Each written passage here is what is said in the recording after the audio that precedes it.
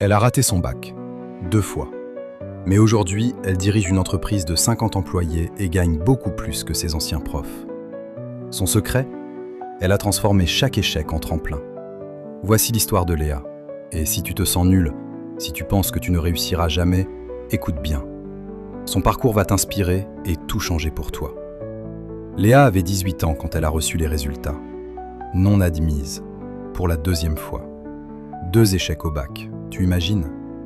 Pendant que ses amis célébraient leur réussite, elle était là, seule, à regarder ce mot cruel sur l'écran de son ordinateur. Non admise. Comme si on lui disait « Désolé, tu n'es pas assez bien pour ce monde ».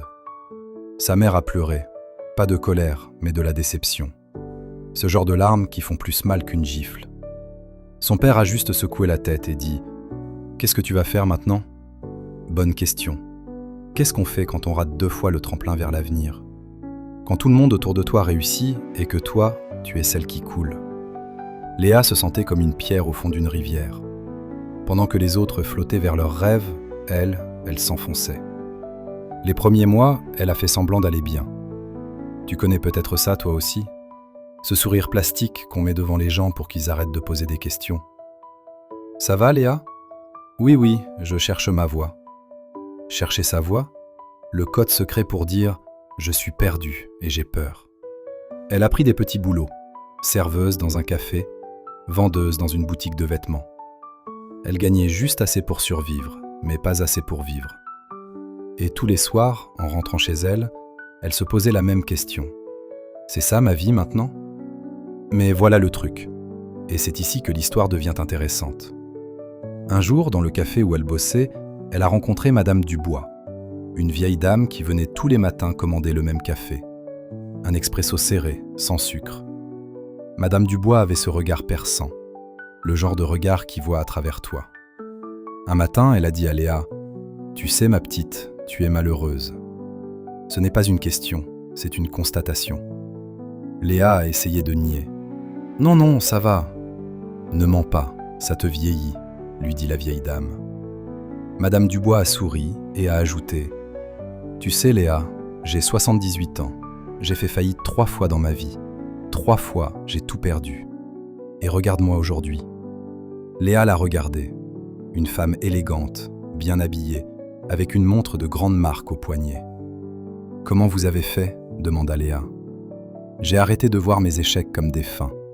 J'ai commencé à les voir comme des débuts. » Cette phrase, cette putain de phrase, elle est restée gravée dans la tête de Léa comme un tatouage permanent.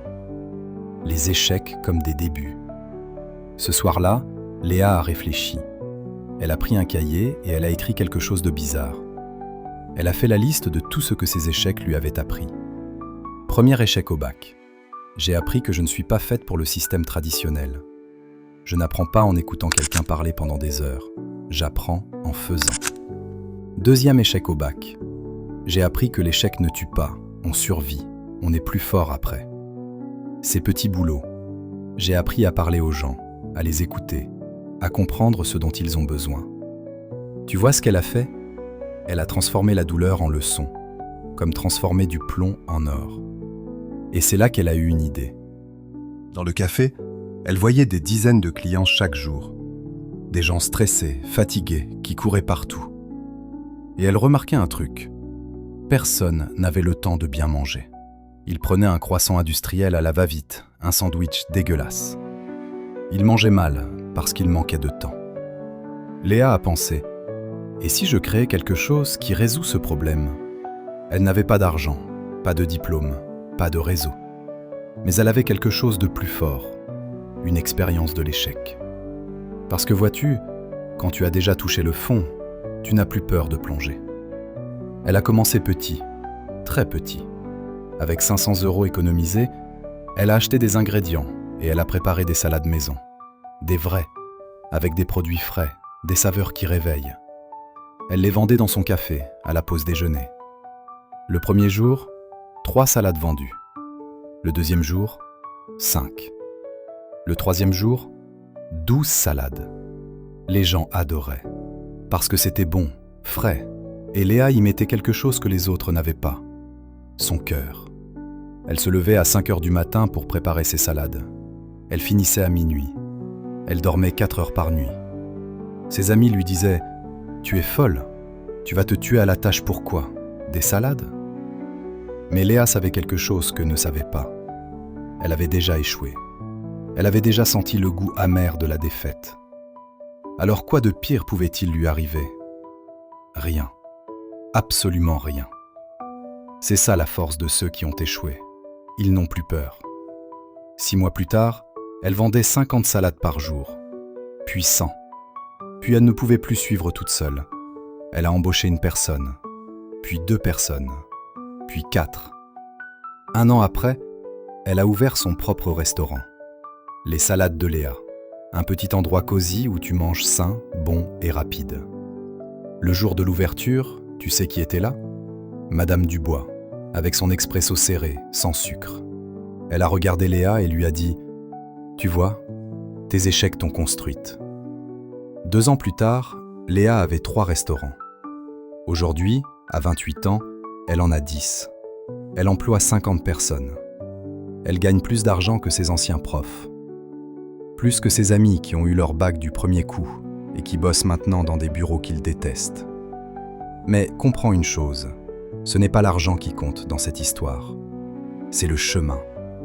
Parce que Léa te dira aujourd'hui, si j'avais eu mon bac, je serais peut-être devenue comptable ou avocate. J'aurais fait ce que la société attendait de moi. Mais je n'aurais jamais découvert ma vraie passion. L'échec l'a forcée à sortir du chemin tracé, à créer son propre chemin. L'échec l'a rendue inventive. Parce que quand tu n'as rien, tu dois tout créer. L'échec l'a rendue courageuse. Parce que quand tu as déjà perdu, tu n'as plus rien à perdre. Et surtout, l'échec lui a appris l'empathie. Aujourd'hui, dans ses restaurants, elle embauche des jeunes sans diplôme, des gens comme elle, des gens que le système a rejetés. Elle leur donne une chance, elle les forme. Elle leur montre que l'échec n'est pas une fin, mais un début. L'année dernière, elle a reçu une invitation. Son ancien lycée l'invitait pour parler aux élèves. Elle y est allée. En entrant dans cette salle, elle a eu un flashback. Elle se souvenait d'elle, à 18 ans, assise au même endroit, se sentant nulle. Et maintenant, elle était debout devant 200 élèves. Pour commencer son intervention, elle leur demande « Levez la main si vous avez déjà raté quelque chose ». Bien entendu, toutes les mains se sont levées. Gardez la main levée si vous pensez que cet échec fait de vous quelqu'un de nul. La moitié des mains sont restées levées. Ok, laissez-moi vous raconter une histoire. Elle leur a raconté tout. Ses 2 échecs au bac, les larmes de sa mère, sa honte, ses petits boulots, Madame Dubois, ses salades, ses nuits blanches. Et à la fin, elle a dit « Je ne suis pas là pour vous dire que l'échec est facile. Non, l'échec fait mal, vraiment mal. Comme se prendre un coup de poing en plein ventre. Mais voici ce que j'ai appris. L'échec est un professeur déguisé en ennemi. Quand tu rates, tu as 2 choix. Soit tu restes au sol en pleurant sur ton sort, soit tu te relèves et tu te demandes « Qu'est-ce que cette douleur m'enseigne ?» L'échec te montre ce qui ne fonctionne pas, et c'est précieux. Parce que si tu sais ce qui ne fonctionne pas, tu peux chercher ce qui fonctionne. L'échec te donne de l'humilité. Il te rappelle que tu n'es pas parfait, et c'est bien, parce que la perfection n'existe pas. L'échec te donne de la force, parce que chaque fois que tu tombes et que tu te relèves, tu deviens plus solide, comme un muscle qui se construit dans la douleur. Un élève a levé la main. « Mais madame, comment on sait si on doit continuer ou abandonner après un échec ?» Léa a souri. « Écoute ton cœur. Si après l'échec tu es en colère et tu veux réessayer, continue. C'est ton âme qui te dit que ce combat vaut la peine. Mais si après l'échec tu ressens du soulagement, alors c'était le mauvais chemin. L'échec t'a juste redirigé vers le bon. » Quand elle a quitté le lycée ce jour-là, une jeune fille est venue la voir, les yeux rouges. « Madame, je viens de rater mon bac pour la première fois, je me sens tellement nulle. » Léa l'a regardée droit dans les yeux. « Tu n'es pas nulle. Tu es juste en train de découvrir qui tu n'es pas. Et c'est le premier pas pour découvrir qui tu es vraiment. » La jeune fille a pleuré, mais cette fois, c'était des larmes différentes. Tu vois, l'échec, c'est comme l'hiver. Quand tu es dedans, tu as froid, tout est gris. Tu penses que le printemps ne reviendra jamais. Mais l'hiver est nécessaire. C'est pendant l'hiver que les arbres se reposent, que la terre se régénère, que la nature prépare l'explosion de vie du printemps. Tes échecs, c'est ton hiver. Et si tu les traverses avec courage, si tu apprends leurs leçons, alors ton printemps sera plus beau que tu ne l'imagines. Aujourd'hui, Léa n'a aucun regret. Quand on lui demande « Si tu pouvais revenir en arrière et réussir ton bac, tu le ferais ?» Elle répond sans hésiter « Non ». Parce que ce bac raté a été le meilleur échec de sa vie. Il l'a forcée à sortir du moule, à créer, à oser, à devenir elle-même plutôt qu'une copie de ce que les autres voulaient qu'elle soit. Alors voilà ma question pour toi aujourd'hui. Quel est cet échec dans ta vie qui te ronge? Ce moment où tu as raté, où tu t'es senti nul, où tu as eu honte. Et si, plutôt que de le voir comme une tache sur ton CV, tu le voyais comme une médaille? Parce que cet échec, il t'a donné quelque chose.